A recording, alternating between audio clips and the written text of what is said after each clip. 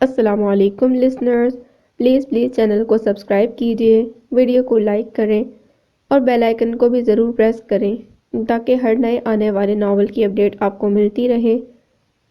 آج ہم شروع کریں گے ناول آخری امید کی قسط نمبر 23۔ چلیے شروع کرتے ہیں۔ شبینہ اور آسماں لوکل بس میں سوار کالج جا رہی تھیں۔ آسماں کا موڈ ابھی تک آف تھا۔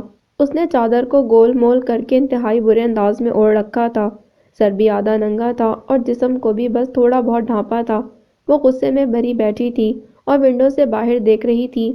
آسماں، تمہیں کیا پرابلم ہے؟ کیوں اس قدر موڈ آف کر کے بیٹھی ہو؟ تم نے اور فریحہ آپا نے معمولی سی بات کو اتنا بڑا ایشو کیوں بنا لیا ہے؟ بھئی ابو نے چادر ہی اوڑھنے کو کہا تھا اور اس میں عورت کے لیے بہت بھلائی ہے۔ آسماں بھی کالج جانے کے لیے تیار کھڑی تھی۔ اس نے چھوٹا سا دوپٹہ گلے میں ڈال رکھا تھا اور شبینہ کا انتظار کر رہی تھی۔ دونوں ایک ہی کالج میں پڑھتی تھیں۔ ہاجرہ شبنم کے ساتھ سرگوشی میں باتیں کر رہی تھی۔ ارے شبینہ، آج تم نے حجاب کیوں لے لیا؟ کیا تم بھی آمنہ چچی کی نقل کرنے لگی ہو؟ آسماں نے مذاق اڑاتے کہا۔ جناب، تم بھی چادر یا حجاب اوڑھو، ابو نے سختی سے حکم دیا ہے۔ شبینہ نے مسکرا کر کہا۔ کیا مگر کیوں؟ آسماں حیرت سے چلاتے ہوئے بولی۔ ارے بھائی، اس گھر میں نیا نیا اسلام نازل ہوا ہے۔ پہلے تو سب کافر مردود اس گھر میں ہی رہتے تھے، اب باہر سے لوگ آ کر ہم کافروں کو مسلمان کریں گے۔ شبنم نے قدرے طنزیہ انداز میں آمنہ کے کمرے کی طرف دیکھتے کہا، جو دروازے کو بند کر کے نکل رہی تھی۔ وہ شبنم کی بات سن کر چونکی، مگر اسے کچھ زیادہ سمجھ نہ آئی اور ان کے قریب آ گئی۔ شبینہ، تم کتنی اچھی لگ رہی ہو اس حجاب میں، آمنہ نے اس کی تعریف کرتے کہا۔ تھینک یو، شبینہ نے مسکرا کر جواب دیا۔ آسماں، کیا تم حجاب نہیں لوگی؟ آمنہ نے آسماں سے پوچھا۔ آپ کے ہوتے ہوئے اب سب کچھ کرنا پڑے گا، اور وہ کمرے میں چلی گئی۔ چادر اوڑھ کر کمرے سے باہر آ گئی، مگر اس کا موڈ سخت آف تھا۔ اب چلو ورنہ کوئی نیا اسلامی حکم صادر ہو جائے گا، آسماں منہ بنا کر سرگوشی میں بولی اور دونوں وہاں سے چلی گئیں۔ بھابھی، آپ دونوں کیا باتیں کر رہی ہیں؟ آمنہ ان کے قریب آ کر مسکراتے بولی۔ سوچ رہی ہیں کہ اس گھر میں اسلامی شریعت کیسے کیسے نافذ کی جا سکتی ہے، شبنم قدرے طنزیہ انداز میں بولی تو اس کی بات سن کر آمنہ مسکرا دی اور وہاں سے چلی گئی۔ دونوں اسے گھور کر دیکھنے لگیں۔ بھابھی، یہ بڑی شاطر ہے، اس گھر کی مالکن بن گئی تو ہم تم منہ ہی دیکھتی رہ جائیں گی۔ جو چاہا ہے وہی کچھ ہو رہا ہے، خدا معلوم ہمارے ساتھ کیا ہونا ہے، شبنم نے آ بھر کر افسردہ لہجے میں کہا۔ ہار میں بھی نہیں ماننے والی ہوں، ہاجرہ نے قدرے انتقامی لہجے میں جواب دیا اور وہاں سے چلی گئی۔ شبنم آ بھر کر اسے دیکھتی رہ گئی۔ فریحہ ڈریس چینج کر کے اوندے منہ بیڈ پر لیٹی رو رہی تھی۔ ہاجرہ اس کی طرف دیکھتی اس کے قریب آ کر خفگی سے بولی، تم نے سوٹ کیوں بدلا؟ ارے تم نے اتنی جلدی ہار مان لی؟ عورت جب انتقام لینے آتی ہے تو بڑے بڑے بادشاہ اس کے سامنے ہار مان جاتے ہیں۔ اب تو دیکھنا تیری چچی کو میں کیسے ہراتی ہوں۔ ہاجرہ نے نتنے پھلا کر غصے سے کہا۔ کیا مطلب امی؟ فریحہ نے اٹھ کر حیرت سے پوچھا۔ جا تو وہی سوٹ پہن کر تیار ہو کر یونیورسٹی جا، ہاجرہ نے کہا۔ میں حجاب نہیں لوں گی اور نہ ہی دوپٹہ، فریحہ نے منہ بسوڑتے کہا۔ تو مت لینا، مگر گھر سے چادر لے کر چلی جا، راستے میں اتار کر بیگ میں رکھ لینا، ہاجرہ نے کہا تو فریحہ مسکرا کر اسے دیکھنے لگی۔ گڈ آئیڈیا، میں نے تو اس بارے میں سوچا ہی نہیں تھا، فریحہ نے خوش ہو کر کہا۔ امی، اگر ابو نے کہیں دیکھ لیا تو؟ فریحہ نے گھبرا کر پوچھا۔ تب کی تب دیکھی جائے گی، تو جا، ہاجرہ نے کہا تو وہ مسکراتی اٹھی اور جلدی سے دوبارہ ڈریس چینج کر کے تیار ہونے لگی۔ شبینہ اور آسماں لوکل بس میں سوار کالج جا رہی تھیں۔ آسماں کا موڈ ابھی تک آف تھا۔ اس نے چادر کو گول مول کر کے انتہائی برے انداز میں اوڑھ رکھا تھا، سر بھی آدھا ننگا تھا اور جسم کو بھی بس تھوڑا بہت ڈھانپا تھا۔ وہ غصے میں بھری بیٹھی تھی اور ونڈو سے باہر دیکھ رہی تھی۔ آسماں، تمہیں کیا پرابلم ہے؟ کیوں اس قدر موڈ آف کر کے بیٹھی ہو؟ تم نے اور فریحہ آپا نے معمولی سی بات کو اتنا بڑا ایشو کیوں بنا لیا ہے؟ بھئی ابو نے چادر ہی اوڑھنے کو کہا ہے اور اس میں عورت کے لیے بہت بھلائی ہے۔ شبینہ کا اپنا ذہن بھی قدرے اسلامی تھا، اسی لیے وہ ان باتوں کو اچھا سمجھتی تھی۔ مجھ سے نہیں سنبھالی جاتی اتنی بڑی چادر، پہلے بھی تو ہم یوں ہی کالج جایا کرتی تھیں، اب تایا ابو کو آمنہ چچی کے کہنے پر سب کچھ یاد آ گیا ہے۔ امی اور تائی امی برقعے پہنتی ہیں، کیا یہ کافی نہیں جو ہمیں بھی مصیبت ڈال دی؟ شادیوں کے بعد ہم نے بھی تو برقعے ہی پہننے ہیں۔ یہ چند دن آزادی سے گزار لیں گی تو کیا قیامت آ جائے گی؟ آسماں نے منہ بنا کر کہا۔ آسماں، تمہاری اس چادر سے نہ اللہ کو کوئی فائدہ پہنچنا ہے نہ کوئی نقصان، اور نہ ہی ابو کو یا چچی کو۔ اللہ کے احکامات میں انسان کے لیے ہی فائدے ہیں، اگر انسان سمجھنے کی کوشش کرے تو۔ شبینہ کہہ کر خاموش ہو گئی۔ آسماں منہ بنائے بیٹھی رہی۔ جب دونوں کالج کی اسٹاپ پر اترنے لگیں تو آسماں کی شرٹ بس کے دروازے کے ساتھ لگی کیل نما نوکیلی چیز کے ساتھ اٹک گئی اور کمر کے قریب سے جو پھٹی تو پھٹتی چلی گئی۔ آسماں کو ایک دم شدید شرمندگی اور پریشانی ہونے لگی۔ اس نے گھبرا کر جلدی سے چادر کھول کر اوڑھی تو جسم کا وہ حصہ جو شرٹ پھٹنے کی وجہ سے ننگا ہو رہا تھا کور ہو گیا۔ اس نے گہری سانس لی۔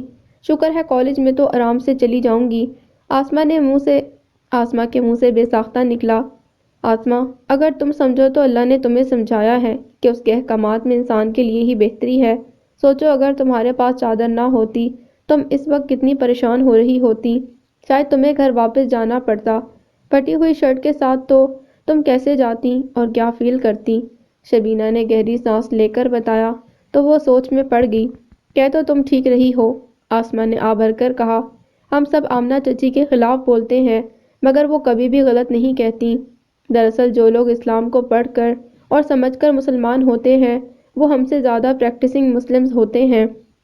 وہ لائف کے ہر سٹیپ پر اسلام کی ٹیچنگز کو اپلائی کرنا چاہتے ہیں، اور جو لوگ ان کے سامنے اس کے خلاف عمل کرتے ہیں تو وہ پریشان ہو جاتے ہیں۔ آمنہ چچی بھی ہمیں دیکھ کر کنفیوز ہوتی ہیں۔ اب جلدی چلو، کلاس کا ٹائم ہو رہا ہے۔ شبینہ نے اپنی رسٹ واچ دیکھتے کہا تو دونوں تیزی سے کالج کے اندر داخل ہو گئیں۔ آمنہ گھر کے تھوڑے بہت کام کرتی، جمیلہ کے ساتھ کچن میں اس کا ہاتھ بٹاتی اور پھر اس کے بعد یا تو اسلامی بکس کا مطالعہ کرتی یا پھر نیٹ پر بزی رہتی۔ اس نے قرآن پاک کا انگریزی ترجمہ پڑھنا شروع کیا تھا۔ نیٹ پر وہ زینب اور دوسری خواتین کے ساتھ رابطے میں رہتی۔ سب خواتین اسے بہت مس کر رہی تھیں اور اس کی واپسی کا بار بار پوچھتیں، مگر آمنہ انہیں یہ بتا کر مایوس کر دیتی کہ فی الحال اس کا واپسی کا کوئی ارادہ نہیں۔ اسے عبد الرحمن کی فیملی کے ساتھ رہنا بہت اچھا لگ رہا ہے۔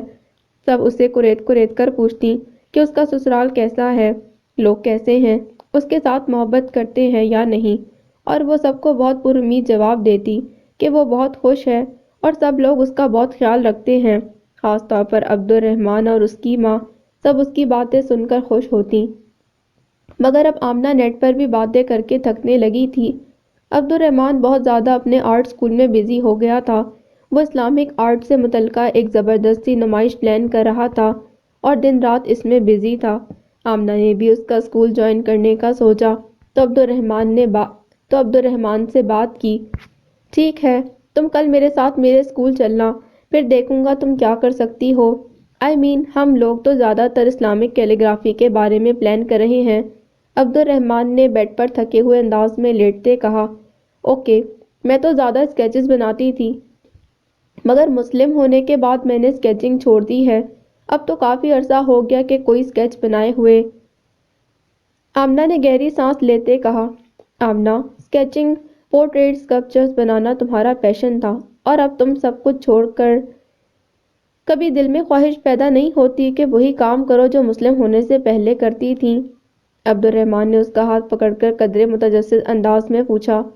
عبد الرحمن، مجھے یاد نہیں پڑتا کہ میری زندگی کا کوئی ایسا دن نہ گزرا ہو جب میں نے اسکیچنگ نہ کی ہو، کوئی ڈرائنگ نہ بنائی ہو۔ مجھے کچھ ڈرا کیے بغیر نیند نہ آتی تھی اور اب میں اس کے بارے میں سوچتی ہوں مگر بہت کم، صرف یہ سوچ کر کہ اللہ نے منع کیا ہے تو میں خواہش کو دبا لیتی ہوں۔ عبد الرحمن، میں کبھی اللہ سے اتنی محبت کروں گی؟ اب مجھے کبھی کبھی خود پر حیرت ہوتی ہے کہ وہ کیتھی جو کرائسٹ سے بہت پیار کرتی تھی مگر اس نے کبھی اس کی محبت میں کچھ چھوڑنے کا تصور نہیں کیا تھا۔ کیتھی کی محبت کتنی سپرفیشل تھی مگر آمنہ کی محبت کتنی اسٹرانگ ہے۔ آمنہ اس کی محبت میں اب سب کچھ کر سکتی ہے، یہاں تک کہ تمہیں بھی چھوڑ سکتی ہے۔ آمنہ نے انتہائی صاف گوئی سے کہا تو عبد الرحمن ایک دم چونک گیا۔ مجھے بھی، وہ قدرے ہکلا کر بولا۔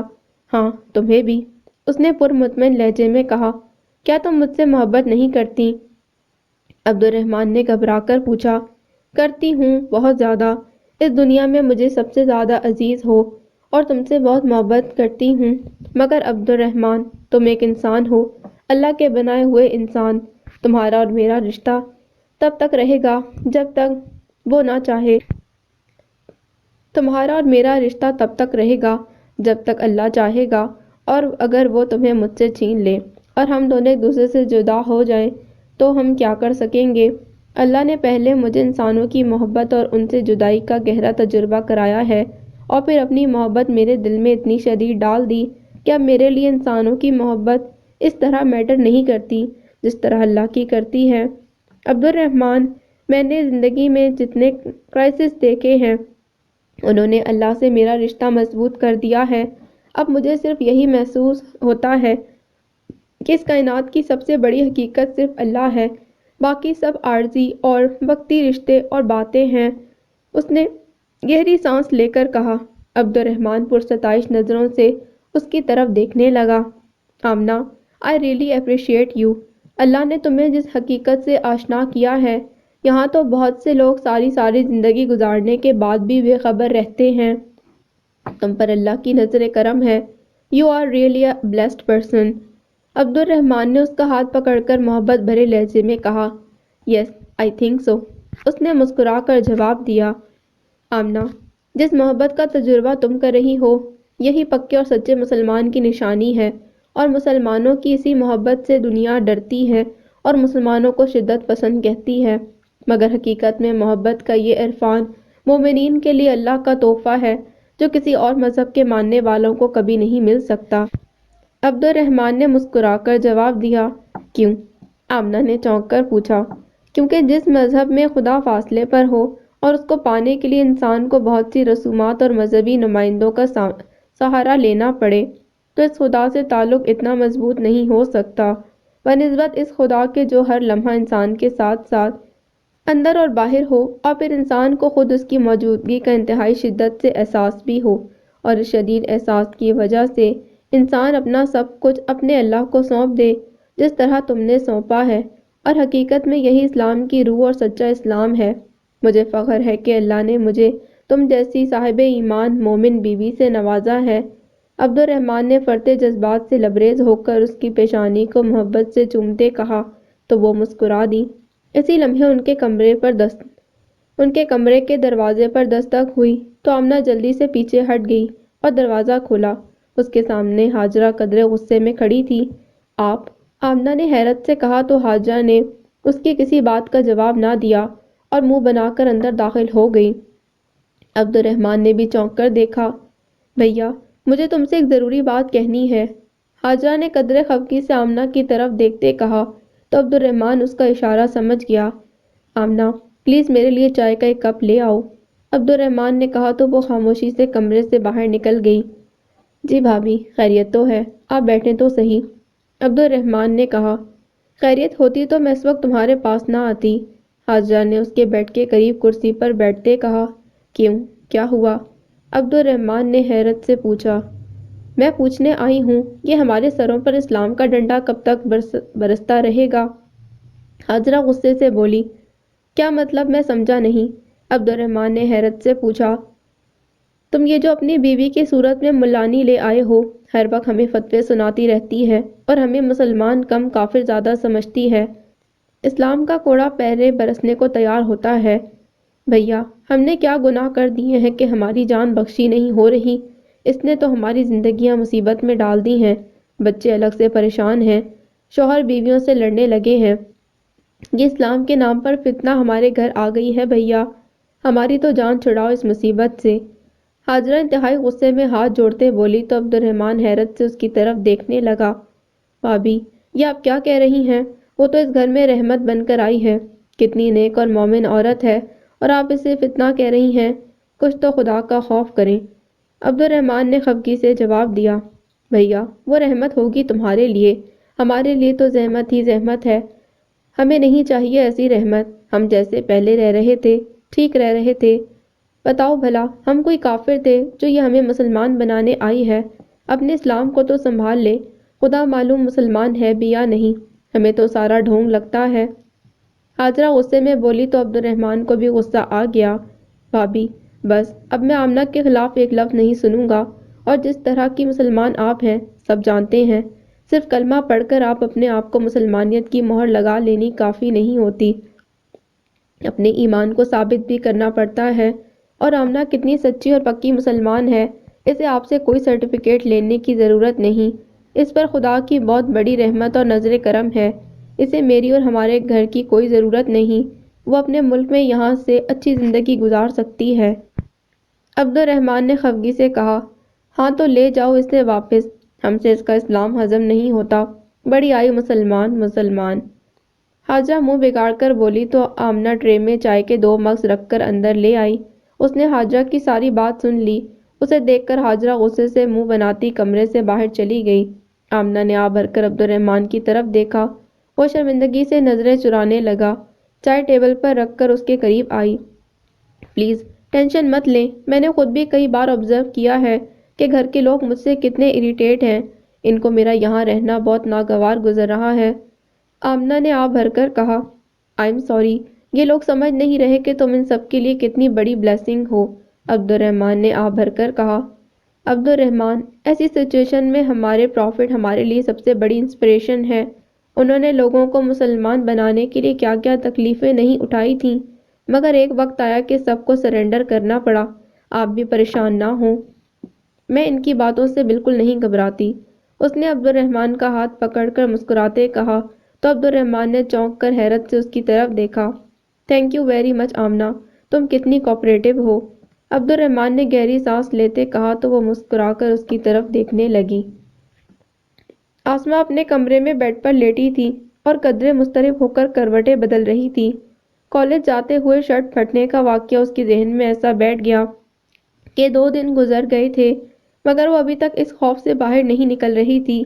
اس کے ساتھ ساتھ شبینہ کی بات کہ اللہ کے ہر حکم میں انسان کے لیے ہی فائدہ ہے اس کے ذہن میں بار بار گونج رہی تھی۔ وہ خدا کا شکر بھی ادا کرتی کہ اس کے پاس چادر تھی، اگر نہ ہوتی تو کیا کرتی۔ اس نے گھر آ کر کسی کو یہ بات نہ بتائی اور نہ ہی شبینہ نے کسی کے ساتھ ذکر کیا، مگر اس کے اندر اس واقعے نے عجیب سی ہلچل مچا دی تھی۔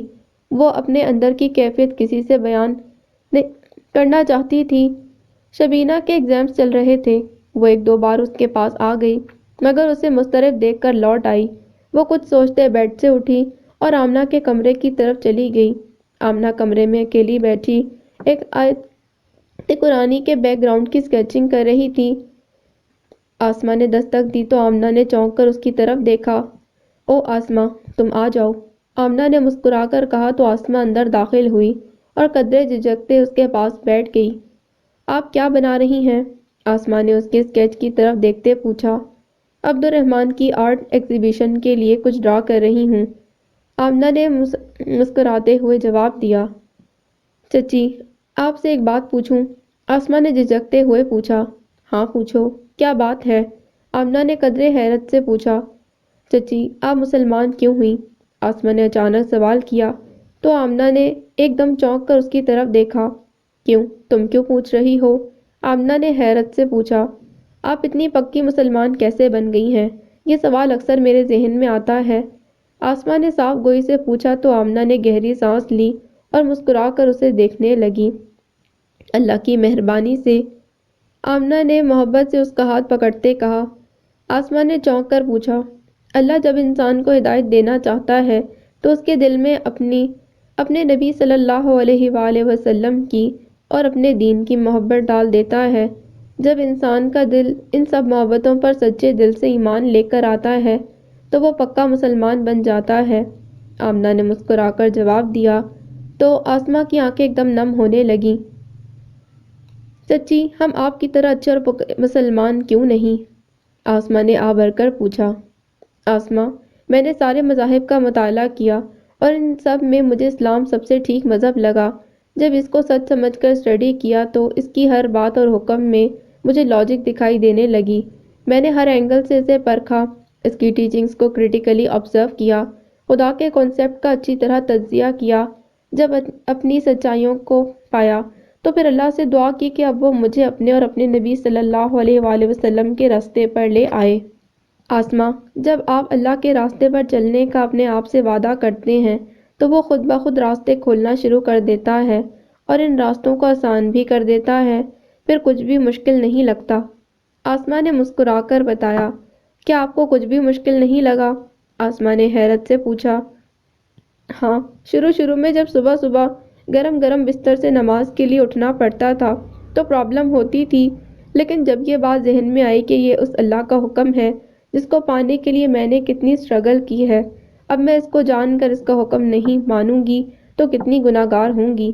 میں فوراً بستر سے اٹھتی اور نماز پڑھتی تو مجھے یوں محسوس ہونے لگتا کہ اللہ میرے بہت قریب آ گیا ہے، بہت قریب، اور بہت محبت سے مجھے دیکھ رہا ہے۔ قرب اور محبت کا ایسا احساس مجھے پہلے کبھی محسوس نہیں ہوا۔ اس محبت اور قرب میں آہستہ آہستہ مجھے بہت لطف محسوس ہونے لگا اور میں باقی نمازوں کا شدت سے انتظار کرتی۔ اب میں نماز میں اتنا لطف محسوس کرتی ہوں کہ کیا بتاؤں۔ مجھے حیرت ہوتی ہے کہ اس گھر کے لوگ کس طرح اپنی نماز مس کر کے اتنی بڑی نعمت سے محروم ہیں، مگر شاید انہیں نہ اس قرب کا احساس ہے اور نہ ہی محبت کا۔ آمنہ نے آ بھر کر افسردہ لہجے میں کہا، چچی آپ واقعی بہت اچھی اور سچی مسلمان ہیں، ہم سب بہت گناہگار جو آپ کو نہیں سمجھتے۔ آسماء نے سسکی بھر کر اس کا ہاتھ پکڑتے کہا، ارے یہ کیا؟ اس نے محبت سے آسماء کو اپنے ساتھ لگایا اور محبت سے چومنے لگی۔ محبت کا یہ والہانہ انداز آسماء کو بہت متاثر کرنے لگا۔ اس کی اپنی ماں نے کبھی اسے اپنے ساتھ یوں لگا کر محبت سے پیار نہیں کیا تھا۔ آمنہ اسے بہت لاڈ سے محبت سے چپ کرانے لگی۔ تم کیوں رو رہی ہو؟ آمنہ نے اس کے آنسو صاف کرتے ہوئے پوچھا، شرمندگی سے۔ کیا مطلب؟ آمنہ نے حیرت سے پوچھا۔ یہی کہ ہم کیسے مسلمان ہیں جنہوں نے کبھی ان باتوں پر ایسے نہیں سوچا جس طرح آپ سوچتی ہیں۔ ہمارے دلوں میں اللہ اور اس کے رسول صلی اللہ علیہ وآلہ وسلم اور دین کے لیے ویسی محبت کیوں نہیں ہے جیسی آپ کے دل میں ہے؟ ہم کتنے کمزور مسلمان ہیں، مجھے بہت افسوس اور دکھ ہو رہا ہے۔ آسماء نے آ بھر کر کہا، اس میں دکھ کی کوئی بات نہیں، تمہارے اندر شرمندگی کا احساس پیدا ہوا ہے، یہ اچھی بات ہے، لیکن تم اپنی شرمندگی کو مٹا سکتی ہو اگر تم آج ہی اسلام کے راستے پر عمل کرنے کا ارادہ کر لیتی ہو۔ آمنہ نے مسکرا کر کہا تو آسماء نے چونک کر اس کی طرف دیکھا۔ آسماء، اسلام کا سب سے پازیٹیو پوائنٹ جانتی ہو کیا ہے؟ جب انسان کے دل میں شرمندگی کا کوئی احساس پیدا ہوتا ہے اور وہ اللہ سے معافی مانگ کر اس کے راستے پر چلنے کا ارادہ کرتا ہے تو اسے معافی کے لیے کسی کے پاس جانے کی ضرورت نہیں ہوتی، وہ اسی وقت ڈائریکٹ اللہ کے سامنے جاتا ہے اور اسے فوراً معافی مل جاتی ہے، پھر نہ اسے کوئی شرمندہ کرتا ہے۔ اس کا گناہ، اس کی معافی، اس کی شرمندگی، اس کی توبہ، سب اس کے اور اس کے اللہ کے درمیان ایک راز بن کر رہ جاتے ہیں۔ تم بھی پازیٹیو ہو کر سوچو۔ آمنہ نے گہری سانس لے کر مسکراتے کہا تو آسماء نے پر امید انداز میں اس کی طرف دیکھا اور مسکرا کر اپنی آنکھوں کو رگڑنے لگی۔ تھینک یو، اب میں چلتی ہوں، رات بہت ہو رہی ہے۔ کیا چچا ابھی تک نہیں آئے؟ آسماء نے اٹھتے ہوئے کہا، وہ ایگزیبیشن کے سلسلے میں بہت مصروف ہیں، لیٹ آئیں گے۔ آمنہ نے مسکرا کر بتایا، ٹھیک ہے اب میں چلتی ہوں، اللہ حافظ۔ آسماء دھیمے سے مسکرا کر باہر چلی گئی اور آمنہ کے چہرے پر بھی مسکراہٹ پھیلنے لگی۔ آسماء دبے قدموں چلتی اپنے کمرے میں آئی اور رات بھر آمنہ کی باتوں پر سوچتی رہی، بار بار دیوار پر لگے کلاک کی طرف دیکھتی رہی۔ نیند اس کی آنکھوں سے کوسوں دور تھی۔ بالآخر فجر کی اذانیں سنائی دینے لگیں تو وہ جلدی سے گرم بستر سے اٹھی۔ باہر خاصی سردی محسوس ہو رہی تھی۔ اس نے دروازہ کھولا تو یک ہوا کا جھونکا اندر آیا۔ اس نے جھرجھری لی۔ آمنہ کے الفاظ اس کے کانوں میں گونجنے لگے۔ مجھے یوں محسوس ہونے لگا جیسے اللہ میرے قریب، بہت قریب آ رہا ہے اور بہت محبت سے مجھے دیکھ رہا ہے۔ آسماء نے گہری سانس لے کر ارد گرد اندھیرے میں دیکھا اور باہر صحن میں چلی گئی۔ آسمان پر چاند چمک رہا تھا۔ اس کی نورانیت دیکھ کر اس کے اندر عجیب سا پرلطف احساس پیدا ہونے لگا۔ اس کے اندر توانائی سی بھر گئی۔ اس نے نل کھولا تو ٹھنڈے یک پانی سے اس کے اندر کپکپی سی پیدا ہوئی، مگر اس نے نظر انداز کر کے وضو کیا۔ وہ وضو کر کے مڑی تو اس کے پیچھے شبینہ کھڑی مسکرا رہی تھی۔ شبینہ، تم آسما نے چونک کر پوچھا۔ ہاں، نماز کے لیے وضو کرنے آئی تھی، اس نے مسکرا کر جواب دیا۔ لو کر لو، آسما نے کہا اور جلدی سے وہاں سے چلی گئی۔ شبینہ مسکرا کر اسے دیکھنے لگی اور وضو کرنے لگی۔ آئے ہائے، یہ کس کمبخت نے پانی کا نل کھول رکھا ہے، سارا پانی ضائع ہو گیا ہوگا۔ شبنم اپنے کمرے سے پانی کے گرنے کی آواز سن کر بڑبڑاتی باہر آئی تو شبینہ کو دیکھ کر چونکی۔ تم اس وقت یہاں کیا کر رہی ہو؟ شبنم نے حیرت سے پوچھا۔ وضو کرنے آئی ہوں، نماز کا ٹائم ہو رہا ہے، شبینہ نے جواب دیا۔ لو، اب تمہیں بھی نمازی بننے کا خبت ہونے لگا ہے، وہ خفگی سے بڑبڑائی۔ آسما نماز پڑھ رہی ہے اور میں بھی پڑھنے جا رہی ہوں، آپ بھی وضو کر کے نماز پڑھ لیں تو اچھا ہے، شبینہ نے ٹاول سے اپنا چہرہ صاف کرتے کہا تو شبنم نے چونک کر اس کی طرف دیکھا۔ لو جی، اب سارے گھر میں اسلام پھیلنے لگا ہے، واہ جی کیا کہنے، شبنم نے منہ بنا کر کہا۔ چچی، چراغ سے ہی چراغ جلتا ہے، شبینہ نے مسکرا کر کہا۔ سب جانتی ہوں کیا ہو رہا ہے اس گھر میں اور کیا ہونے والا ہے، شبنم نے خفگی سے کہا۔ چچی، صبح صبح اچھا سوچیں، آپ بھی نماز پڑھ کر توبہ کر لیں اور سارے وہم ذہن سے نکال دیں، شبینہ کہہ کر چلی گئی تو وہ منہ بسوڑتے بڑبڑانے لگی۔ واش بیسن کے قریب آئی تو پانی کھول کر چیک کیا۔ اوف، اتنا ٹھنڈا پانی ہے بھائی، مجھے تو ٹھنڈے پانی سے ویسے ہی زکام ہو جاتا ہے جو پھر ٹھیک ہی نہیں ہوتا۔ جاؤ تم پڑھتی پھرو نمازیں اور بخشواؤ اپنے اپنے گناہ، ہمیں تو ہمارے نبی صلی اللہ علیہ وآلہ وسلم ہی بخشوا دیں گے۔ وہ بڑبڑاتی اپنے کمرے میں چلی گئی اور جا کر گہری نیند سو گئی۔ آسما نے آمنہ کی باتوں کو سوچتے ہوئے نماز ادا کی تو اسے یوں محسوس ہونے لگا جیسے اس کی نماز میں خود بخود خشوع خضوع پیدا ہو گیا ہو، اس کے اندر بھی قرب اور محبت کا وہی احساس ہونے لگا جو آمنہ اسے بتانے لگی تھی۔ اسے بھی نماز پڑھنے میں لطف محسوس ہونے لگا۔ محبت کے اس احساس سے اس کی آنکھیں بھی آنسوؤں سے جاری ہو گئیں، وہ اس قدر شدت سے رونے لگی کہ اس کی ہچکی بن گئی۔ وہ آنکھیں بند کر کے چہرے پر دونوں ہاتھ رکھ کر رو رہی تھی اور اسے محسوس ہو رہا تھا کہ وہ رفتہ رفتہ اللہ کے بہت قریب ہو رہی ہو۔ وہ کتنی دیر جائے نماز پر بیٹھی رہی اور اسے انتہائی سکون ملنے لگا۔ اس کے اندر جو کئی روز سے بے چینی پھیلی تھی وہ آہستہ آہستہ کم ہونے لگی، شاید آنسوؤں کی صورت میں دل کا غبار قدرے کم ہو چکا تھا۔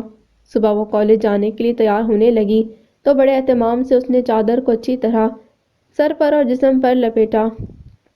آج چادر لیتے اسے عجیب سی خوشی محسوس ہو رہی تھی۔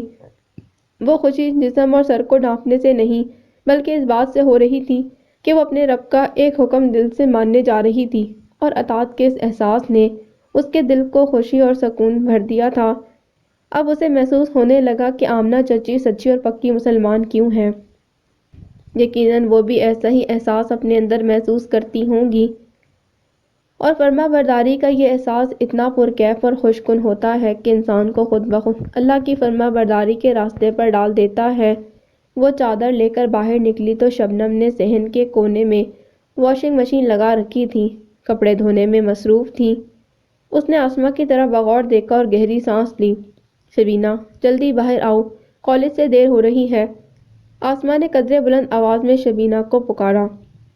آ رہی ہوں، شبینہ نے اپنے کمرے سے آواز دی۔ آمنہ کچن سے باہر نکلی تو آسما کو یوں چادر لپیٹے دیکھ کر مسکرائی۔ کتنی اچھی لگ رہی ہو، آمنہ نے مسکرا کر اس کے قریب آتے ہوئے کہا، اور اسی لمحے شبینہ بھی سر پر حجاب اچھی طرح لپیٹے باہر نکلی۔ واؤ، ویری گڈ، آمنہ نے انتہائی خوش ہو کر کہا اور دونوں کی پیشانیوں کو محبت سے چوما۔ شبنم دور کھڑی منہ بنانے لگی۔ کٹنی اب ہمارے بچوں کو بھی ہم سے دور کرنے کی کوشش کر رہی ہے، اب تو اس کا کچھ کرنا ہی پڑے گا، شبنم نے خفگی سے دل میں سوچا اور پھر کپڑے دھونے میں مصروف ہو گئی۔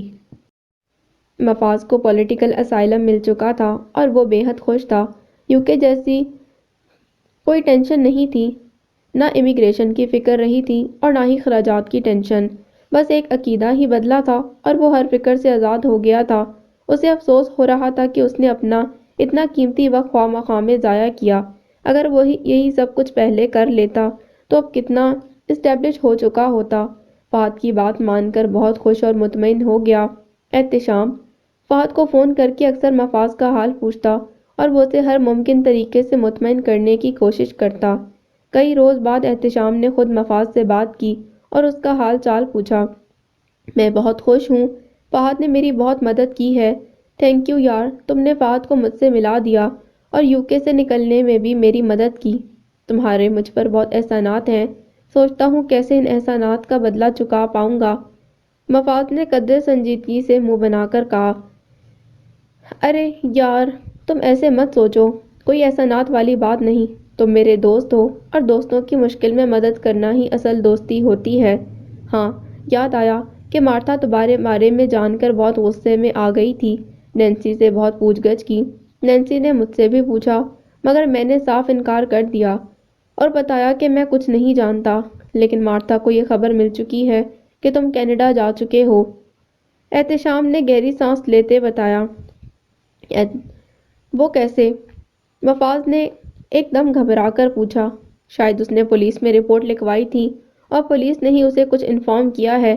لیکن تم فکر نہ کرو، اب تم کینیڈا میں ہو اور یہاں تمہیں پولیٹیکل اسٹے بھی مل چکا ہے، اسی لیے اب فکر کی کوئی ضرورت نہیں۔ تمہاری حفاظت اب اسٹیٹ کی ذمہ داری ہے، احتشام نے کہا۔ لیکن وہ ایک دم ہونٹ سکوڑتے ہوئے بولا، کیوں، کیا ہوا؟ تم پریشان کیوں ہو گئے؟ احتشام نے حیرت سے پوچھا، مگر مفاز کچھ دیر خاموش رہا۔ بولو یار، کیا بات ہے؟ احتشام نے پھر پوچھا۔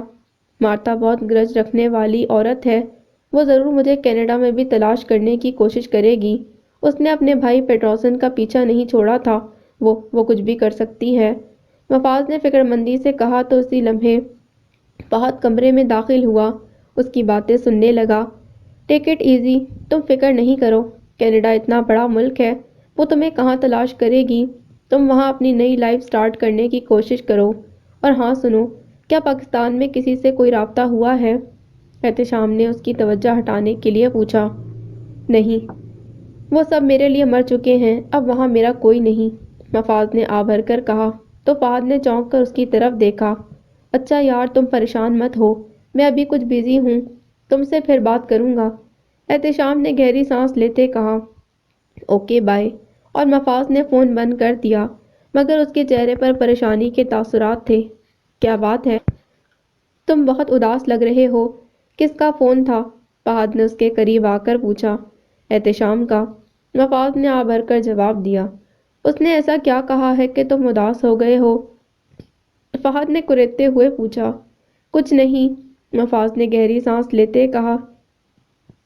احتشام کو یہ تو نہیں بتایا کہ تم قادیانی ہو چکے ہو؟ فہد نے پھر پوچھا۔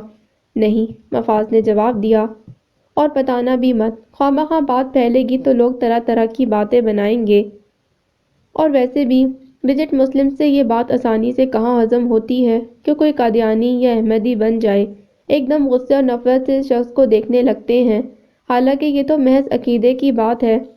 آپ کا دل کسی کو مانے یا نہ مانے، کسی پر زبردستی کرنے کا دوسروں کو کیا حق ہے؟ جب اللہ نے کہہ دیا ہے کہ دین میں جبر نہیں، تو پھر یہ لوگ خواہ مخواہ اسلام کے ٹھیکیدار بنے پھرتے ہیں، فہد نے اپنی ہی لے میں کہا، اور مفاز کا ذہن مارتھا میں الجھا ہوا تھا۔ یار تم کہاں گم ہو؟ فہد نے اسے بلاتے پوچھا۔ وہ مارتھا مجھے تلاش کر رہی ہے، مفاز نے آ بھر کر بتایا۔ کون Martha?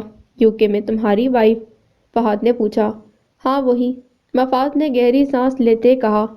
Come on don't worry یار، وہ یہاں تمہارا کچھ نہیں بگاڑ سکے گی، تم خواہ مخواہ پریشان ہو رہے ہو، اپنی فیوچر لائف کے بارے میں سوچو، شادی کے بارے میں۔ یہاں کی قادیانی فیملیز میں بہت ویل ایجوکیٹڈ لڑکیاں ہیں، چلو میں آج تمہیں ایک فیملی سے ملواتا ہوں، لڑکی ڈاکٹر ہے اور بہت ڈیسنٹ ہے، سیاسی اثر و رسوخ رکھنے والے لوگ ہیں، ربیہ سے شادی کرنے کے بعد تمہیں کسی قسم کا کوئی ڈر فکر نہیں رہے گا، فہد نے مسکرا کر بتایا، تو وہ ڈاکٹر کا لفظ سن کر چونک گیا۔ ڈاکٹر؟ مفاز نے ایک دم بڑبڑایا۔ ہاں، بہت ویل آف اور اچھی فیملی ہے، تمہاری تو لاٹری نکل آئے گی، وارے نیارے ہو جائیں گے، فہد نے مسکرا کر کہا تو مفاز گہری سانس لے کر اس کی طرف دیکھنے لگا۔ چلو ابھی چلتے ہیں، تم جلدی سے فریش ہو کر تیار ہو جاؤ، فہد نے کہا تو مفاز اٹھ کر واش روم چلا گیا۔ فاطمہ نے ایک دو بار اپنی ای میل چیک کی تھی، یہ دیکھنے کے لیے کہ جوائے نے اس کے چیلنج کا کوئی جواب دیا ہے یا نہیں، مگر ہر بار کوئی نئی میل نہ پا کر وہ فاتحانہ انداز میں مسکراتی۔ جوائے کو یقیناً کوئی جواب نہیں ملا، اسی لیے اس نے کوئی رسپانس نہیں کیا۔ وہ اسے چیٹ روم میں بھی چیک کرتی، مگر وہاں بھی موجود نہ پاتی، اور اب کئی روز سے اس نے اس کے بارے میں سوچنا ہی چھوڑ دیا تھا۔ وہ ہاسپٹل سے آ کر ریسٹ کر رہی تھی جب ملازمہ اسے بلانے آئی کہ اماں جان اسے بلا رہی ہیں۔ وہ فوراً اٹھ کر گئی۔ اماں جان کے ساتھ مولوی صاحب بھی بیٹھے تھے۔ آؤ بیٹا، بہت مبارک ہو، ہم سب کے عمرے کے ویزے لگ کر آ گئے ہیں، اماں جان نے خوش ہو کر بتایا۔ سچ اماں جان؟ وہ انتہائی خوش ہو کر بولی۔ ہاں بیٹا، اب بس تیاری پکڑو، 1 ہفتے کے اندر اندر جانا ہے، مولوی صاحب نے کہا۔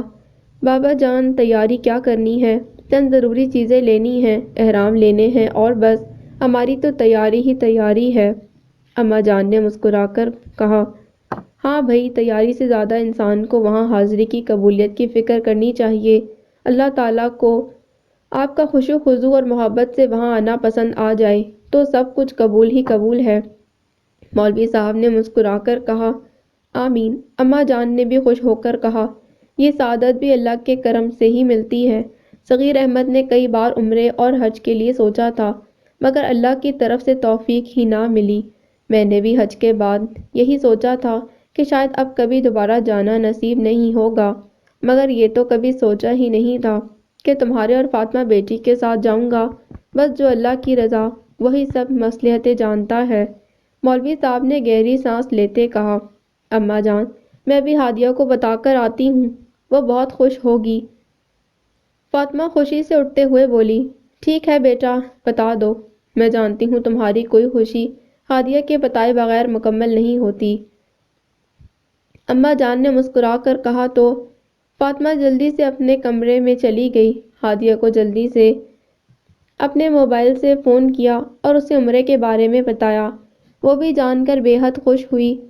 فاطمہ، مجھے یقین نہیں آ رہا کہ میری دعا اتنی جلدی قبول ہو جائے گی۔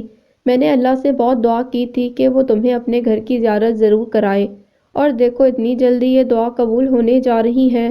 میں بہت خوش ہوں۔ میں بھی تمہاری موجودگی میں مکہ آؤں گی اور ایک عمرہ تمہارے ساتھ بھی ادا کروں گی، ہادیہ نے انتہائی خوش ہو کر کہا۔ واقعی ہادیہ؟ فاطمہ نے قدرے پرجوش ہو کر پوچھا۔ ہاں، کیوں نہیں، اس میں حیرانگی کی کیا بات ہے؟ بھئی، طائف مکہ سے تھوڑے ہی دور ہے، بس میں شہزاد کے ہمراہ پہنچ جاؤں گی، ہادیہ نے خوش ہو کر کہا، اور دونوں پلان کرنے لگیں کہ وہ کس طرح ایک دوسرے سے ملاقات کریں گی۔ اگلے روز اماں جان نے فاطمہ کو ہاسپٹل سے پک کیا اور دونوں شاپنگ کے لیے چلی گئیں۔ احرام خریدے اور کچھ ملبوسات کے علاوہ تمام ضروری چیزیں وہ دکاندار سے پوچھ کر چیزیں خرید رہی تھیں، اور ہر شے خریدتے ان کے چہروں پر انتہائی خوشی کے تاثرات تھے۔ فاطمہ، میں آج بہت برسوں بعد اتنی زیادہ خوش ہو رہی ہوں۔ نواب صاحب اور علی رضا کی ڈیتھ کے بعد میں نے کبھی سوچا نہیں تھا کہ اللہ کے گھر جاؤں گی، اور اب سب کچھ کیسے آنن فانن ہو رہا ہے۔ سوچتی ہوں ہادیہ عمرہ کرنے نہ جاتی اور وہ تمہیں نہ بتاتی تو تمہارے دل میں اتنی لگن اور اتنی محبت کیسے پیدا ہوتی۔ بس ایک کے عمل سے دوسرے کے لیے راہ بنتی ہے۔ ہاں اماں جان، میں بھی اس کے بارے میں بہت سوچ رہی تھی۔ ہادیہ نے عمرے کا یوں نقشہ کھینچا تھا کہ بس میرے دل میں بھی شدید خواہش پیدا ہونے لگی۔ فاطمہ نے مسکرا کر کہا۔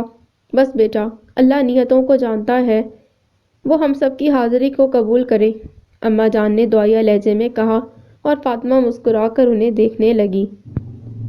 مفاز کو ربیہ بہت پسند آئی تھی۔ وہ بہت خوبصورت سمارٹ لڑکی تھی اور قادیانی مذہب کی کٹر حامی تھی۔ اس کے اماں ابا اور بڑا بھائی یاسر قادیانی کمیونٹی میں اثر و رسوخ رکھتے تھے۔ ربیہ کے ماں باپ کو بھی مفاز بہت پسند آیا۔ انہوں نے فوراً ہی دونوں کی شادی طے کر دی۔ مفاز کو ویل فرنشڈ گھر مل رہا تھا، اس کے علاوہ نئی گاڑی، بینک بیلنس علیحدہ۔ فہد نے اسے جو کہا تھا اس کے وارے نیارے ہو جائیں گے، واقعی ایسا ہونے جا رہا تھا۔ مفاز کی خوشی کا کوئی ٹھکانہ نہ تھا۔ اس نے ربیہ اور اس کی فیملی کو مارتھا سے اپنی شادی کے بارے میں کچھ نہیں بتایا تھا، کیونکہ فہد نے اسے منع کیا تھا کہ جس بات کا وجود ہی نہیں تو اسے بتانے سے کیا فائدہ، اور اس نے نہ بتانے میں ہی مصلحت جانی۔ شادی پر زیادہ تر قادیانی فیملیز ہی انوائٹڈ تھیں۔ چند ایک کلوز لبرل مسلم آئے تھے، ان میں سے ایک صہیب بھی تھا جو مولوی بشیر احمد کے قریبی دوست کا بیٹا تھا اور اس کا مولوی صاحب کے ہاں بہت آنا جانا رہا تھا۔ اس نے کئی بار محفوظ کو وہاں دیکھا۔ وہ محفوظ سے کافی بڑا تھا اور عرصہ 10 سال سے کینیڈا میں مقیم تھا۔ ربیہ کے بھائی یاسر کا کلوز فرینڈ تھا۔ محفوظ نے بھی اسے دیکھا اور دیکھ کر چونک گیا، مگر اسے یاد نہ آ رہا تھا کہ وہ کون ہے، کیونکہ فرینچ کٹ داڑھی رکھنے سے وہ پہلے سے بالکل مختلف لگ رہا تھا۔ پھر وہ کچھ صحت مند بھی ہو گیا تھا لیکن محفوظ پہلے کی طرح ہی تھا، دبلا پتلا فیشنیبل۔ صہیب نے یاسر سے محفوظ کے بارے میں پوچھا تو اس نے اس کا نام اور پاکستان کے بارے میں بتایا، یہ کہ وہ لندن سے آیا ہے۔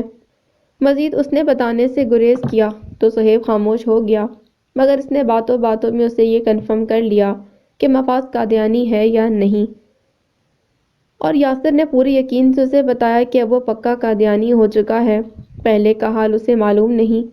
صہیب یاسر کی بات سن کر افسردہ ہوا اور ساری تقریب میں چپ چپ رہا۔ شادی کی تقریب سے فارغ ہو کر اس نے گھر جاتے ہی اپنے باپ سے مولوی بشیر احمد کا فون نمبر لیا اور اس کا نمبر ٹرائی کیا، مگر ان کا نمبر نہیں مل رہا تھا۔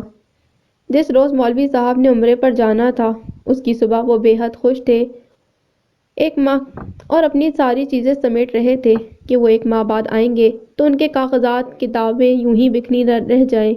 ساتھ ساتھ لوگوں کے فون آ رہے تھے اور سب بہت مبارکباد دے رہے تھے۔ اسی اثناء میں صہیب کا فون بھی آ گیا۔ اسے اپنا تعارف کرانے کے بعد پھر مولوی صاحب نے اسے پہچانا تھا۔ اوہ صہیب بیٹا، تم چراغ دین کے بیٹے، ماشاءاللہ بیٹا، آج کیسے یاد آ گئی؟ مولوی صاحب نے خوش ہو کر پوچھا۔ چچا جان، آپ کا پوتا محفوظ نام ہے نا اس کا؟ صہیب نے جان بوجھ کر پوچھا تو مولوی صاحب ایک دم چونکے۔ اتنے مہینوں بعد اچانک محفوظ کا ذکر سن کر انہیں حیرت ہوئی۔ ہاں محفوظ ہی نام ہے، لندن میں رہتا ہے، کیوں کیا ہوا ہے اسے؟ مولوی صاحب نے حیرت سے پوچھا۔ کیا آپ کو معلوم ہے کہ وہ قادیانی یعنی کہ مرزائی ہو چکا ہے اور اس نے یہاں کینیڈا کی ایک قادیانی لڑکی سے شادی کر لی ہے؟ صہیب نے بتایا۔ کہ کیا؟ مولوی صاحب حیرت سے چلائے۔ ہاں یہ سچ ہے، میں نے اچھی طرح کنفرم کر کے آپ کو فون کیا ہے، کیا آپ کے علم میں یہ بات ہے؟ صہیب نے کہا تو مولوی صاحب سے مزید کچھ نہ سنا گیا اور موبائل ان کے ہاتھ سے چھوٹ گیا۔ ان کے سینے میں شدید درد اٹھا اور انہیں ہر چیز گھومتی دکھائی دینے لگی۔ وہ وہیں گر گئے۔ ملازم اچانک اندر کمرے میں آیا تو مولوی صاحب کو وہاں گرتے ہوئے دیکھ کر گھبرا گیا۔ گھر والوں کو اطلاع دی، مولوی صاحب کو فوراً ہاسپٹل پہنچایا گیا۔ اماں جان اور فاطمہ بھی ہاسپٹل پہنچی۔ انہیں یہ جان کر شدید دکھ ہوا کہ مولوی صاحب کو اچانک ہارٹ اٹیک ہوا ہے اور ان کی حالت کافی سیریس ہے۔ اماں جان اور فاطمہ کو شدید دکھ ہو رہا تھا کہ آج ہی انہوں نے مولوی صاحب کے ساتھ عمرے پر جانا تھا اور آج ہی انہیں ہارٹ اٹیک ہو گیا۔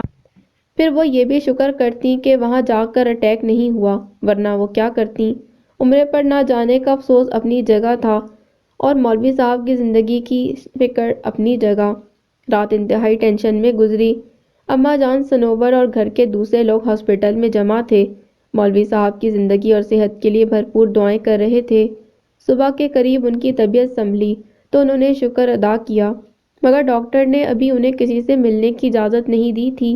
فاطمہ نے ڈاکٹر ہونے کے ناطے خود ڈاکٹر سے تفصیلی بات کی کہ ان کی طبیعت کب تک سنبھلے گی اور ڈاکٹر کو ان کے بارے میں بتایا کہ وہ عمرے پر جا رہے تھے، لیکن اب کم از کم 2-3 ماہ تک ان کو کہیں ٹریول کرنے کی اجازت نہیں دی جا سکتی۔ ان کی حالت ٹھیک نہیں، انہیں انتہائی شدید صدمہ پہنچا ہے جس سے ان کے ہارٹ کے ساتھ ساتھ برین پر بھی اٹیک ہوا ہے۔ آپ ان کی صحت اور زندگی کی فکر کریں، ٹھیک ہو جائیں تو پھر عمرے پر چلے جائیں، ڈاکٹر نے تسلی دیتے کہا۔ تو فاطمہ آہ بھر کر رہ گئی۔ اس نے اماں جان کو بھی یہی کہہ کر تسلی دی کہ پہلے انہیں مولوی صاحب کی صحت کی فکر کرنی چاہیے، بعد میں کچھ اور سوچنا چاہیے۔ کچھ روز کے بعد مولوی صاحب کی طبیعت سنبھلی تو اماں جان کو ان سے ملنے کی اجازت ملی۔ وہ بھی ڈاکٹر نے فاطمہ کو ساتھ بھیجا کہ اس کی موجودگی میں اماں جان کو کوئی ایسی ویسی بات نہ کریں جو مولوی صاحب کو تکلیف دے۔ لیکن جیسے ہی مولوی صاحب نے اماں جان اور فاطمہ کو دیکھا تو پھٹ پھٹ کر رونا شروع کر دیا۔ بابا جان، خدا کے لیے چپ ہو جائیں، ہم پھر عمرے پر چلے جائیں گے، آپ اسی لیے رو رہے ہیں نا، فکر نہیں کریں۔ اماں جان نے ان کا ہاتھ پکڑ کر تسلی دیتے کہا، نہیں، میں اس لیے نہیں رو رہا، میں تو اس لیے رو رہا ہوں کہ… مولوی صاحب نے ایک ٹک فاطمہ کی طرف دیکھا اور پھر رونا شروع ہو گئے۔ نہ ابا جان، خدا کے لیے مت روئیں، ڈاکٹر نے آپ کی آواز سن لی تو ہمیں ڈانٹ کر باہر نکال دیں گے۔ فاطمہ نے سرگوشی میں کہا، مفاز قادیانی ہو گیا ہے۔ مولوی صاحب نے اس کی بات سنے بغیر انتہائی بے بسی سے کہا، کیا؟ دونوں ایک دم حیرت سے چلائیں اور پھٹی پھٹی نگاہوں سے ایک دوسرے کی طرف دیکھنے لگیں۔ یہ خبر سن کر مجھے موت کیوں نہیں آ گئی؟ بدبخت مرتد ہو گیا، اس کے باپ دادا نبی صلی اللہ علیہ وآلہ وسلم کے نام پر مرنے والے، اور وہ نبی صلی اللہ علیہ وآلہ وسلم کے دین سے ہی پھر گیا۔ یا اللہ، مجھے یہ دن دکھانے سے پہلے موت کیوں نہ دے دی، میں کیا کروں؟ یا اللہ، ہمارا کون سا گناہ ہمارے سامنے آ گیا ہے؟ مولوی صاحب بے بسی سے رک رک کر بولتے رہے اور پھر ان کی سانس پھولنے لگی۔ نانا ابا، خدا کے لیے ہمت کریں، اتنی ٹینشن مت لیں۔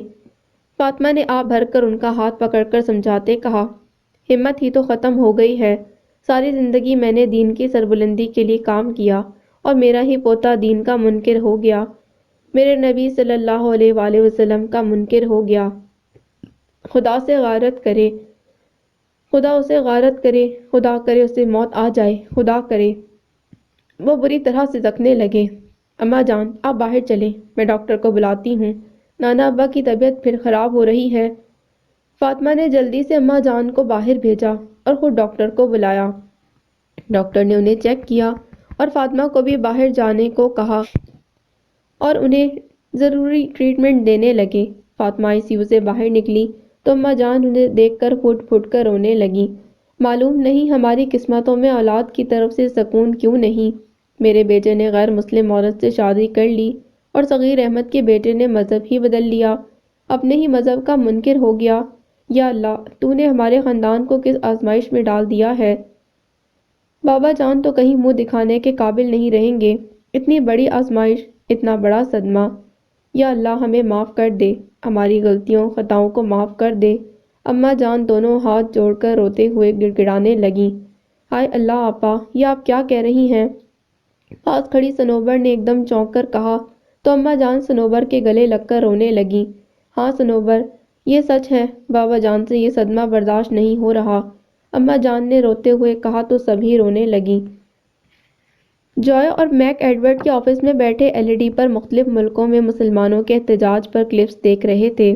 جوائے نے مسلم عورتوں کے پردے کے بارے میں مضحکہ آمیز آرٹیکل لکھا تھا اور اس میں جوئش عورتوں کو برقعے پہنا کر پردے کے خلاف بیانات دیے گئے تھے۔ اس کے بارے میں مسلم خواتین کے جلوس نے ان کے اخبار کے خلاف نعرے بازی کی تھی۔ ایڈورڈ، جوائے اور میک کے پتلے جلائے جا رہے تھے۔ انہیں دیکھ کر میک اور ایڈورڈ بھرپور کہکے لگا رہے تھے اور مسلمانوں پر فضول قسم کے ریمارکس پاس کر رہے تھے۔ Extremist, violent, emotional Muslims, Edward نے منہ بنا کر بڑبڑاتے کہا۔ جوائے، تم نے کچھ روز پہلے مجھ سے ایک کوسچن کیا تھا کہ ہمارا اخبار صرف مسلم اور اسلام کے خلاف ہی کیوں لکھتا ہے، کسی اور مذہب کے خلاف کیوں نہیں؟ یہ کلپس دیکھ کر تمہیں اس سوال کا جواب مل گیا ہوگا۔ اب تم اپنی آنکھوں سے دیکھ لو، کیا مسلمانوں سے بڑھ کر ایکسٹریمسٹ کوئی اور ہے؟ کیا کسی اور مذہب کے فالوورز یوں بیہیو کرتے ہیں؟ یہ لوگ اتنے اسٹوپڈ ہیں کہ ان کے مذہب کے بارے میں ذرا سی بات کہی جائے تو فوراً تشدد پر اور قتل و غارت پر اتر آتے ہیں۔ ان کو اتنی سی بات سمجھ میں نہیں آتی کہ مذہب تو انسان کا پرسنل میٹر ہوتا ہے، ان کے بارے میں اتنا پوزیسو اور وائلنٹ ہونے کی کیا ضرورت ہے؟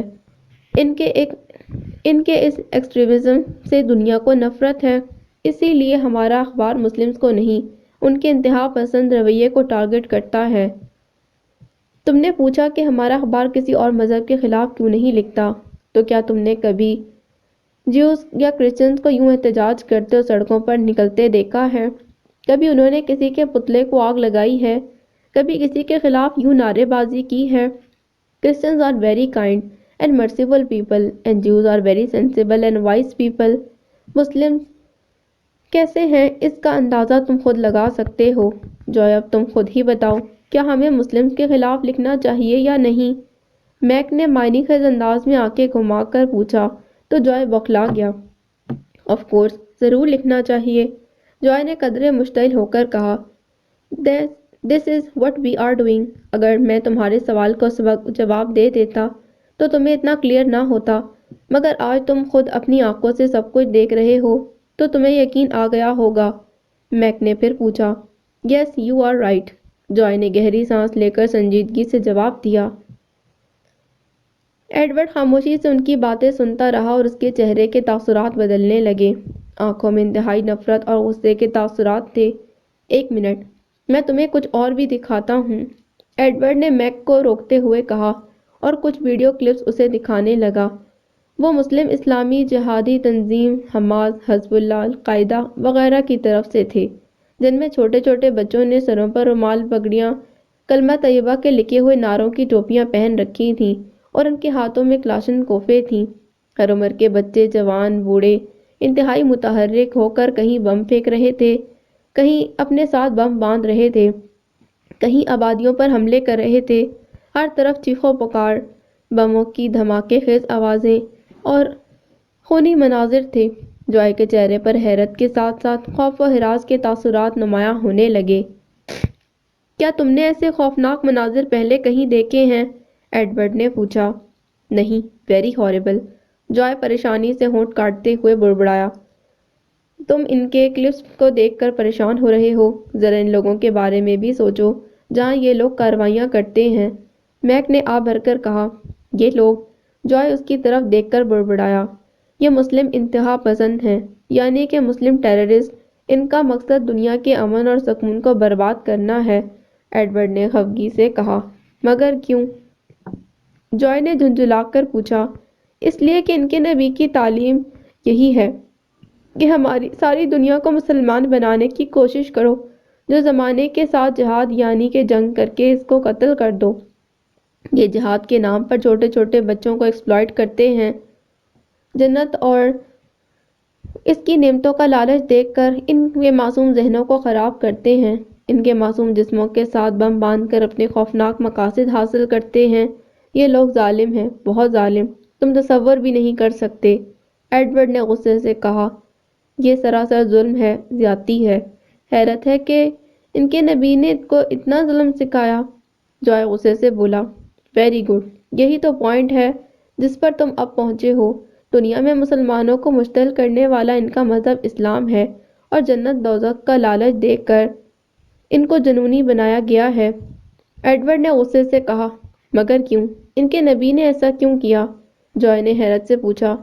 ان کے نبی کو سلطنت وسیع کرنے کا شوق تھا اور ان کے نبی نے اپنی انتہائی محبت ان کے دلوں میں ڈال کر انہیں انتہا درجے کا جنونی اور دیوانہ بنایا۔ یہ جنون اور دیوانگی اب بھی مسلمانوں میں پائی جاتی ہے۔ لا حول ولا قوت۔ وہ خدا سے اتنی محبت نہیں کرتے جتنی کہ اپنے نبی سے کرتے ہیں۔ نبی کی محبت میں وہ اپنے گھر بار، اہل و عیال سب کچھ چھوڑ کر وحشیوں کی طرح جنگلوں اور ویرانوں میں آ کر ڈیرے جما لیتے ہیں، وہاں بیٹھ کر تمام غیر مسلم دنیا کو برباد کر کے انہیں زبردستی مسلمان بنانے کی پلاننگ کرتے ہیں، ایڈورڈ نے غصے سے کہا تو جوائے حیرت سے ان کی طرف دیکھنے لگا۔ او گاڈ، اتنا ظلم اور زیادتی! جم انکل تو بتایا کرتے تھے کہ گاڈ کے پروفٹس تو بہت کائنڈ ہوتے ہیں، انسانوں کی بہتری کا سوچتے ہیں۔ حیرت ہے، مسلمز کے پروفٹ نے مسلمانوں کو اتنا ظلم سکھایا۔ اٹس ٹو مچ، جوائے بھی غصہ اور نفرت سے بولا۔ مائی بوائے، یہی تو بات ہے جو ہم مسلم دنیا کو بتانا چاہتے ہیں، ان کی آنکھیں کھولنا چاہتے ہیں، انہیں فیکٹس بتا کر وارن کرنا چاہتے ہیں، مگر مسلم ہمارے خلاف ہو جاتے ہیں کیونکہ وہ نان سینس ہیں۔ وہ اپنے نبی کی محبت کی پٹی اپنی آنکھوں پر باندھ رکھتے ہیں اور انہیں حقیقت دکھائی نہیں دیتی۔ اب تم ہی بتاؤ، ہم غلط ہیں یا مسلمز؟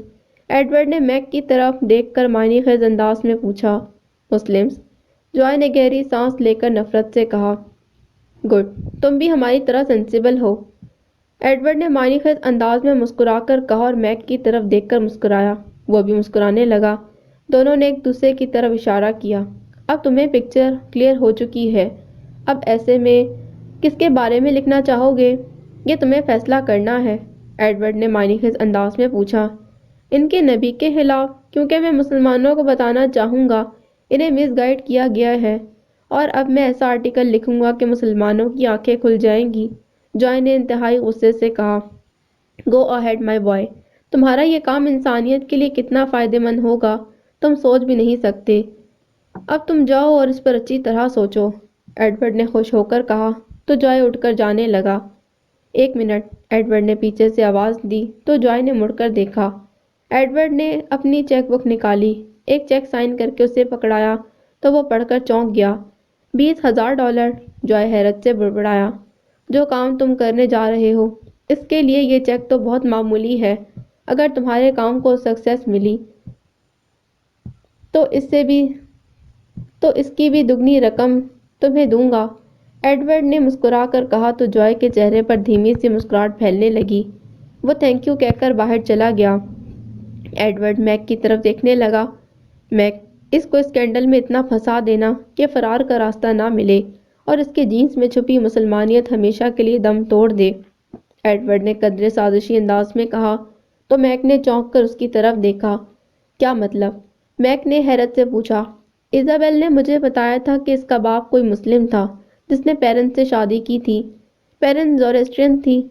جوائے خود بھی مسلم سے نفرت کرتا ہے۔ پیرن نے بھی اس کے اندر مسلم کے خلاف نفرت بھری اور باقی کی نفرت زہر کی صورت میں جم نے اس کے اندر بھر دی۔ اب اگر یہ مسلم کے خلاف لکھتا ہے تو اس میں ہم انوالو نہیں ہوں گے، اور جب یہ کوئی برننگ آرٹیکل لکھتا ہے تو ہم ڈسکلوز کر دیں گے کہ یہ خود بھی مسلم ہے اور مسلم ہو کر اپنے مسلم کے خلاف لکھ رہا ہے، تو اس میں ہمارا کیا قصور ہے؟ ہم تو صاف بچ جائیں گے۔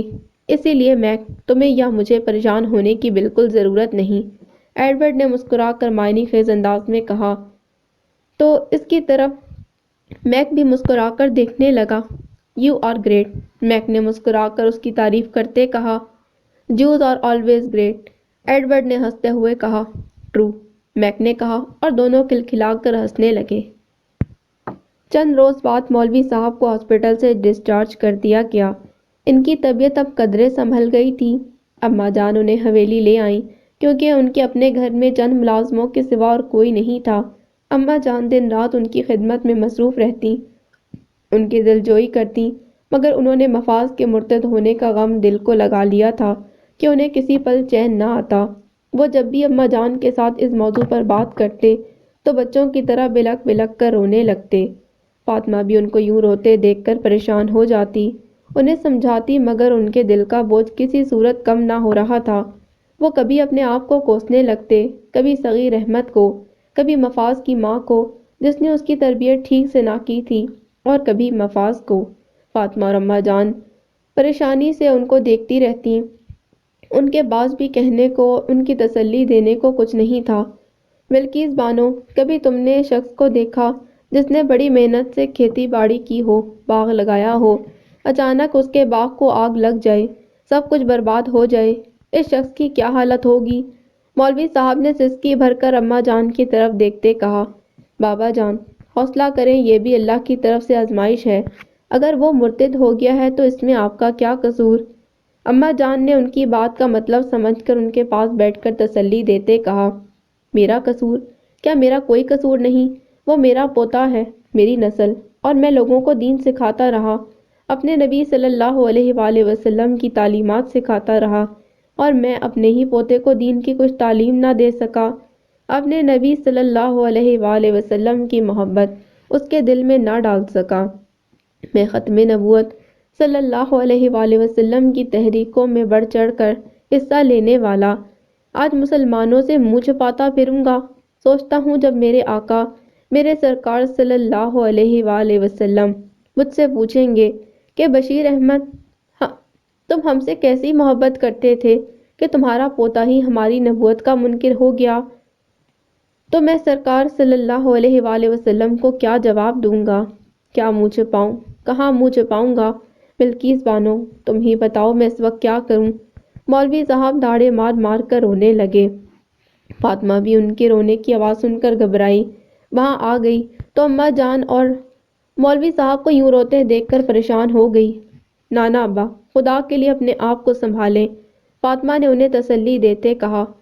کیوں سنبھالوں اور کس لیے؟ کاش یہ زندگی یہیں ختم ہو جائے، جس زندگی میں میرے نبی صلی اللہ علیہ وآلہ وسلم کی رضا نہ ہو، اسے جینے سے کیا فائدہ؟ مولوی صاحب نے سسکی بھرتے کہا، نانا نانا ابا، کچھ لوگوں کے دلوں پر اللہ خود ہی مہریں لگا دیتا ہے۔ ان کے سامنے کتنا بھی بڑا سچ ہو، کیا وہ قبول کرتے ہیں؟ کبھی نہیں۔ کیا نبیوں کی اولادیں ان کے لیے آزمائش نہیں بنی؟ ہم تو پھر عام لوگ ہیں۔ اس میں اللہ کی نہ جانے کیا مصلحت، کیا راز ہے، یہ وہی بہتر جانتا ہے۔ کیا اپنے جی کو یوں ہلکان نہ کریں، آپ اپنے جی کو یوں ہلکان نہ کریں، اور ویسے بھی ہر انسان اپنے عمل کا خود ذمہ دار ہے، تو آپ کیوں پریشان ہو رہے ہیں؟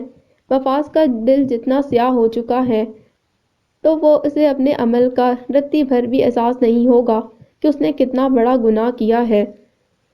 فاطمہ نے آہ بھر کر کہا تو مولوی صاحب چونک کر اس کی طرف دیکھنے لگے۔ کیا والدین اولاد کی اچھی تربیت اور اخلاق کے ذمہ دار نہیں ہوتے؟ کیا اللہ نے ماں باپ سے نہیں پوچھنا کہ انہوں نے اولاد کی ایسی تربیت کیوں کی کہ وہ فوراً ہی صراط مستقیم سے بھٹک گئے؟ نہیں فاطمہ بیٹی، ہم سب اپنی اپنی رایا کے لیے جواب دہ ہیں۔ گناہ کا یہ بوجھ اب کسی صورت میرے دل سے نہیں ہٹے گا۔ مولوی صاحب نے آہ بھر کر کہا، یہ آپ اس لیے محسوس کر رہے ہیں کہ وہ آپ کا پوتا ہے اور آپ کی نسل ہے، اولاد ہے۔ اولاد کی نافرمانی پر اس سے تعلق بھی توڑ لیا جاتا ہے۔ اگر اسے آنکھ کرنے سے آپ کے دل کو تسلی ملتی ہے تو آپ اسے آنکھ کر دیں، اخبار میں آنکھ نامہ شائع کروائیں۔ فاطمہ نے کہا تو مولوی صاحب نے چونک کر اس کی طرف دیکھا تو اماں جان بھی چونکیں۔ کیا دنیا کے اس آنکھ نامے کی قیامت کے روز کوئی حیثیت ہوگی؟ نہیں فاطمہ بیٹی، مجھے ہر عمل کا جواب دینا ہوگا، اور سب سے بڑھ کر یہ دکھ کہ میرے اپنے نبی صلی اللہ علیہ وآلہ وسلم کے حضور جب پیش ہوں گا تو جب وہ یہ فرمائیں گے کہ یہ اس مرتد کا دادا ہے جو لوگوں کی تربیت کرنے گھر سے نکلا اور اپنے گھر کی طرف نہ دیکھا کہ وہاں کتنا کفر پل رہا ہے، اس وقت میری کیا حالت ہوگی؟ میں ان سے کیا کہہ کر بری ذمہ ہوں گا؟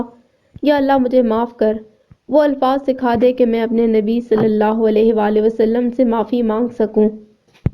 کیا کروں، میرا دل شدت غم سے پھٹا جا رہا ہے۔ میں اپنے نبی صلی اللہ علیہ وآلہ وسلم کے سامنے بہت شرمندہ ہو رہا ہوں، کیا کروں؟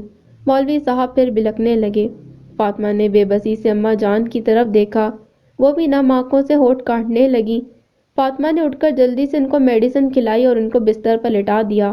تھوڑی دیر بعد وہ سونے لگے۔ اب یہ آرام سے سو جائیں گے۔ ڈاکٹر نے یہ میڈیسن دی تھی کہ جب ان کا ڈپریشن بڑھنے لگے تو انہیں یہ ٹیبلٹ دے دوں۔ آپ فکر نہ کریں اور ان کو آرام کرنے دیں۔